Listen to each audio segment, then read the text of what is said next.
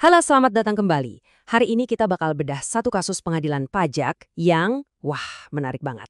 Ini cerita di mana satu detail kecil soal prosedur ternyata bisa mengubah segalanya. Kisah tentang aturan, tenggat waktu, dan satu pertanyaan besar. Apa pemerintah juga harus patuh sama aturan yang mereka buat sendiri? Coba deh bayangin skenario ini.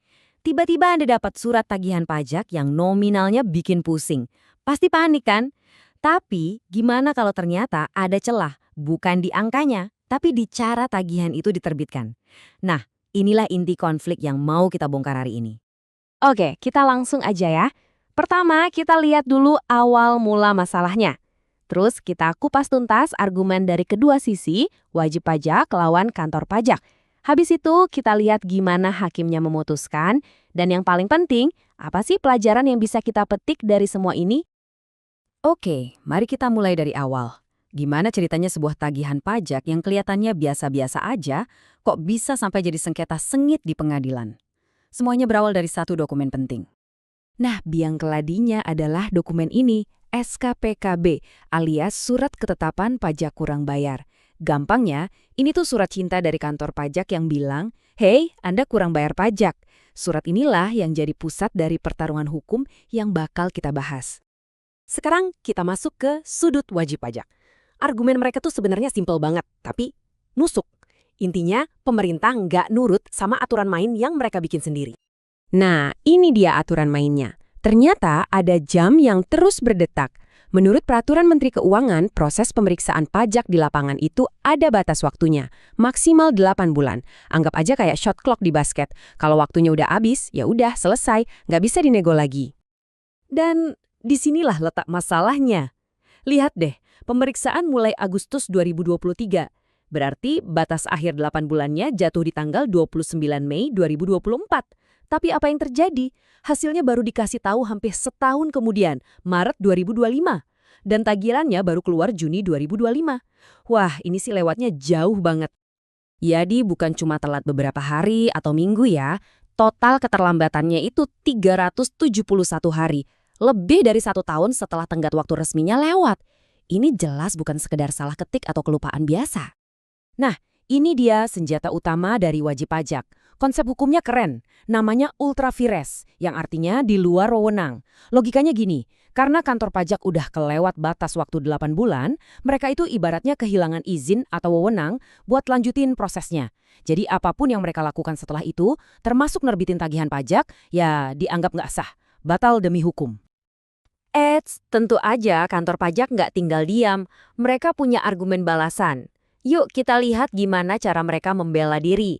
Interpretasi mereka terhadap aturan ini beda banget. Jadi, disinilah pertarungan utamanya. Buat wajib pajak, batas 8 bulan itu harga mati. Itu garis finish legalitasnya. Lewat dari situ, semuanya batal.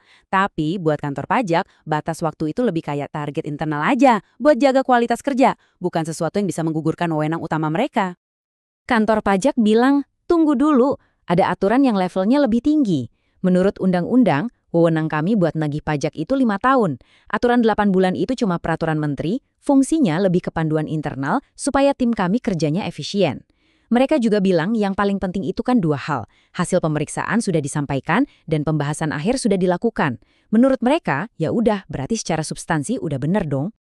Oke, jadi hakim dihadapkan pada 2 argumen yang sama-sama kuat. Di satu sisi, ada yang bilang prosedur harus ditaati 100%, di sisi lain ada yang bilang wewenang yang lebih besar yang jadi patokan. Kira-kira mana yang bakal dimenangkan hakim ya? Sebelum kita lihat hasilnya, coba deh Anda pikir sebentar. Kalau Anda jadi hakimnya, mana yang lebih penting? Patuh sama tenggat waktu yang spesifik atau wewenang umum yang lebih luas? Aturan tegas atau cuma panduan internal?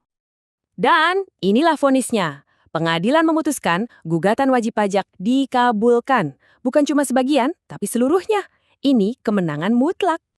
Loh, kok bisa? Apa alasannya? Jawabannya ada di satu prinsip hukum yang fundamental banget. Kepastian hukum.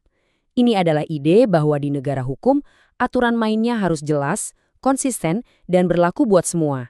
Termasuk, dan ini yang penting, buat pemerintah sendiri. Jadi, pada dasarnya hakim bilang begini.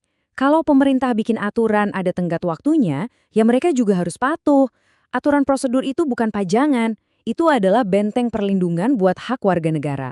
Kalau tenggat waktu bisa diabaikan gitu aja tanpa ada akibatnya, ya buat apa ada aturan? Nanti jadi nggak pasti semuanya. Oke, kasus ini mungkin kedengarannya teknis banget ya, tapi ada pelajaran yang super penting di baliknya yang relevan buat kita semua. Yuk kita gali lebih dalam. Ini dia intinya. Kasus ini ngajarin kita kalau hukum acara atau prosedur itu bukan hal sepele. Justru, itu adalah mekanisme penting buat menjamin adanya keadilan dan akuntabilitas. Jadi, cara sesuatu dilakukan itu ternyata bisa sama pentingnya dengan hasil akhirnya. Jadi, pembahasan kita hari ini ditutup dengan sebuah pertanyaan buat Anda. Kasus ini jadi pengingat kuat kalau aturan itu berlaku untuk semua, nggak terkecuali. Ini mendorong kita semua buat lebih melek sama hak-hak kita, terutama hak-hak prosedural. Karena kadang justru disitulah letak perlindungan terkuat kita. Terima kasih sudah menyimak.